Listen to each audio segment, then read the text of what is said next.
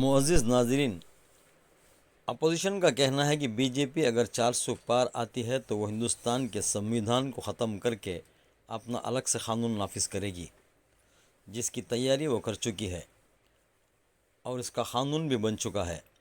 اس میں یہ بھی ہے کہ اس قانون کے تحت ہندوستان میں آگے چل کر کوئی انتخابات یعنی چناؤ نہیں ہوں گے۔ اس کی ایک مثال سورت شہر گجرات میں دکھائی دے رہی ہے۔ بی جے پی لوک سبھا امیدوار مکیش دلال بغیر الیکشن کے یعنی ووٹنگ کے بغیر جیت گئے۔ 2024 کے لوک سبھا انتخابات میں بی جے پی کو پہلی سیٹ مل گئی۔ بی جے پی کی اس جیت سے یہ ثابت ہو رہا ہے کہ آنے والے دنوں میں اور بھی ایسے واقعات پیش آ سکتے ہیں۔ دوستو، صورت میں ہوا یہ کہ کانگریس، بی جے پی اور دیگر آزاد امیدواروں سمیت کل 9 امیدوار میدان میں تھے۔ خبریں یہ آ رہی تھی کہ کانگریس امیدوار کی نامزدگی پیپر یعنی ڈاکیومنٹ الیکشن کمیشنر کو دیا جاتا ہے، وہ غلط ہونے کی وجہ کانگریس امیدوار کی نامزدگی آخری لمحے میں منسوخ کر دی گئی اور دیگر باقی آزاد امیدوار ایک کے بعد ایک اپنے نامزدگی پیپر واپس لے لیے۔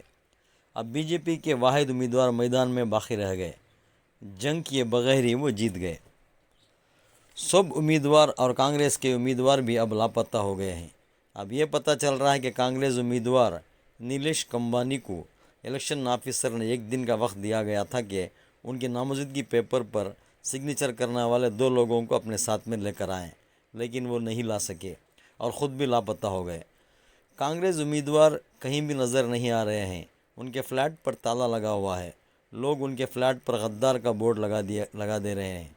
بہرحال دوستو، مودی ہے تو ممکن ہے، جو بی جے پی کا نعرہ تھا وہ صحیح ثابت ہوا۔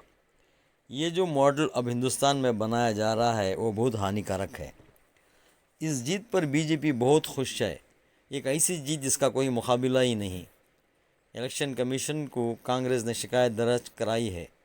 بغیر ووٹ کے اپنا امیدوار کا جیت جانا، اپوزیشن امیدوار کا میدان سے بھاگ جانا، باقی 7 امیدواروں کا نامینیشن کا پیپر واپس لے لینا، اور یہ واقعہ صرف سورت شہر گجرات میں ہونا، جہاں کی عدالت نے راہل گاندھی کی امیدواری منسوخ کر کے ان کی MP سیٹ چھین لی تھی۔ اپوزیشن کا کہنا ہے کہ یہ لوک تنتر کی ہتیا کا پہلا واقعہ سورت شہر گجرات سے شروع ہوا۔ جو چیز کا ڈر تھا وہ وہی ہوا۔ کہا جا رہا ہے کہ ہندوستان میں یہ آخری انتخابات ہیں۔